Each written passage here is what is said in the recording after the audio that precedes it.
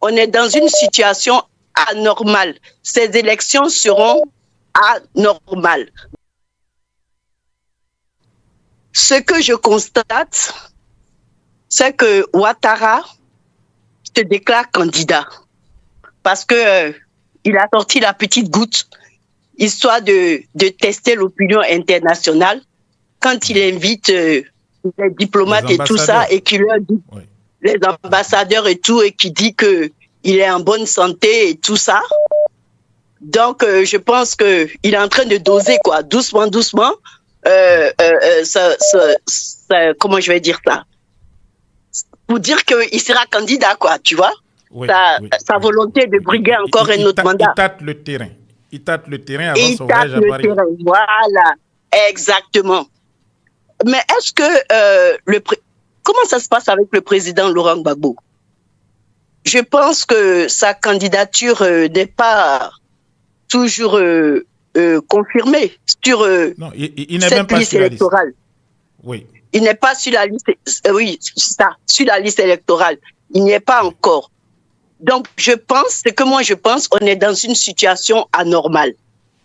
On est dans une situation anormale. Ces élections seront anormales. Donc, à situation anormale, on partira avec des décisions exceptionnelles. Je sais que quand on est dans un parti politique, quand on est à la tête d'un parti politique, on tient à avoir la magistrature suprême, c'est ça l'objectif, diriger le pays et tout ça. Mais là, on est dans une situation anormale.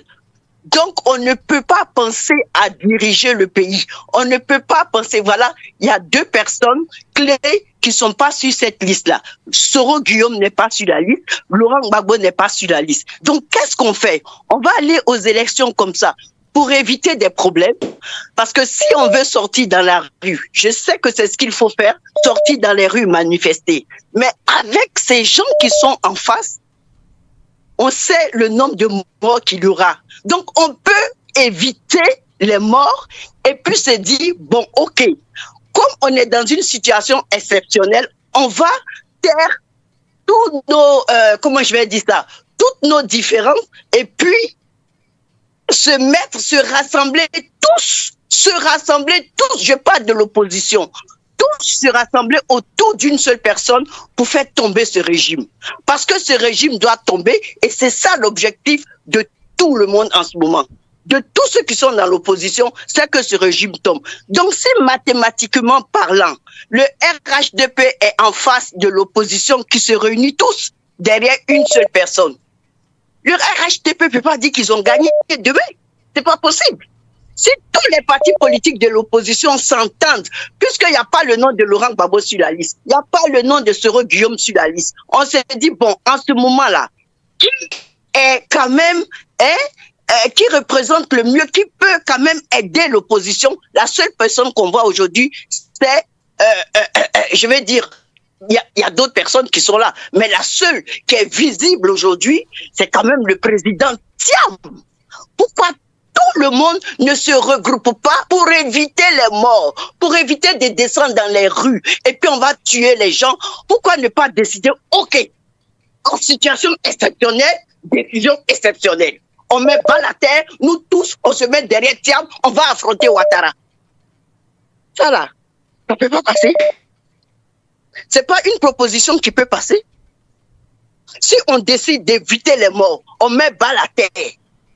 On fait taire nos égos en tant que leader. Et on se dit, pour la Côte d'Ivoire, pour sauver le pays, pour sauver la Côte d'Ivoire, on va se mettre tous derrière Thiam. On va lui donner peut-être 5 ans pour réorganiser les choses. En 5 ans, les partis politiques peuvent encore se réorganiser. Et puis en 2030, on aura des élections démocratiques bien comme partout dans le monde. Comme au Ghana, comme partout.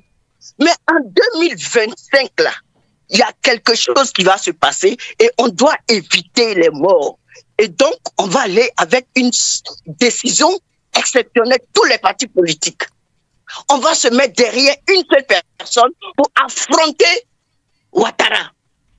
Et on va voir.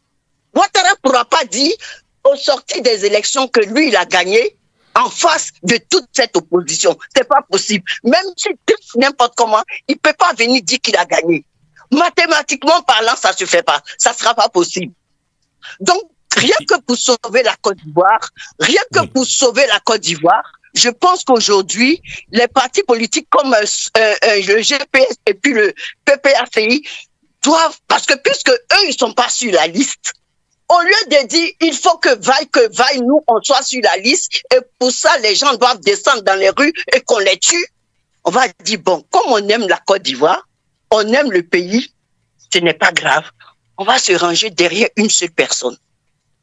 Ça peut être Madame, je m'en fous même, ça peut être Madame Simone Gbagbo, ça peut être Madame Danielle Claverie, ça peut être je sais pas qui. Mais la personne que je vois, c'est Thiam. Mettons-nous tous derrière Thiam pour aller affronter ce monsieur-là. Parce que ce qu'on veut, c'est de les dégager. Et puis éviter les morts. Parce que si on ne prend pas cette solution qu'on dit non, on va descendre dans les rues. On va montrer, c'est pas possible, les Ivoiriens, on est fatigués. On est fatigués là, il y a d'autres alternatives. Comme on dit des fois pour quand tu es devant le diable et tout, il faut avoir des idées, utilise un long bâton pour te battre avec le diable, quelque chose comme ça qu'on dit des fois. Mais il faut penser autrement. Moi, je pense que on peut avoir d'autres solutions que de choisir le suicide là. Parce qu'avec ces gens-là, c'est aller se tuer. C'est quoi 5 ans? Si on donne 5 ans à Thiam, maintenant si Thiam fait bien, ben, il peut gagner encore parce que le PDCI aussi va s'organiser. Hein? De 2025 à 2030. C'est quoi 5 ans? C'est rien. On donne on fait tomber ce gouvernement et puis les choses repartent à zéro. Je sais que Thiam va réorganiser il va réorganiser beaucoup de choses. On aura le temps. Sans stress. Nous tous, on pourra rentrer en Côte d'Ivoire. Oh, mon petit bassin m'attend. Oui, madame. C'est quoi tout ça? Voilà, madame Aya, l'africaine, voilà, oui. Un nom voilà, très, très évocateur. Et j'aimerais vous dire, les partisans de M. Gbagbo demandent aux autres de l'opposition, par exemple du PDCI, etc., de montrer leur bonne foi en les accompagnant dans la lutte contre cette injustice qui est faite à M. Gbagbo, le fait qu'il ne soit pas sur la liste, montrer leur bonne foi et après on verra. Donc, est-ce qu'aujourd'hui le PDCI peut faire quelque chose pour l'inscription de M. Gbagbo sur la liste? Oui, mais ce qu'eux, ils n'ont pas pu faire là, le PDCI peut faire ça. Mais qu'est-ce que le PDCI peut faire? Donc, ils n'ont qu'à dire, ils veulent dire que le PDCI se mette avec eux pour aller à la boucherie se faire tuer. C'est ce qu'ils veulent. Que le PDCI se joigne à eux pour aller se faire tuer parce qu'on sait ce qui est en face de nous. On sait ce qui est en face de nous. Laurent Gbagbo, c'est vrai, il subit une injustice. C'est vrai, tout le monde reconnaît, tout le monde le sait.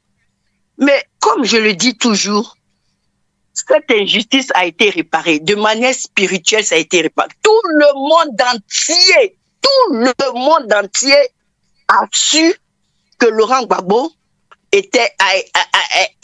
a été incarcéré de manière injuste et qu'il a été acquitté et que donc Laurent Gbagbo vraiment il a perdu presque 10 ans de sa vie pour rien. Tout le monde entier a su ça. Tout le monde entier a su. Donc Laurent Gbagbo, le président Laurent Gbagbo est sorti de là victorieux. C'est une victoire qui ne dit pas son nom. C'est une victoire dans le spirituel.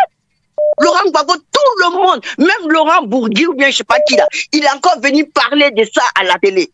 Confirmé encore. Donc Laurent Gbagbo a été lavé.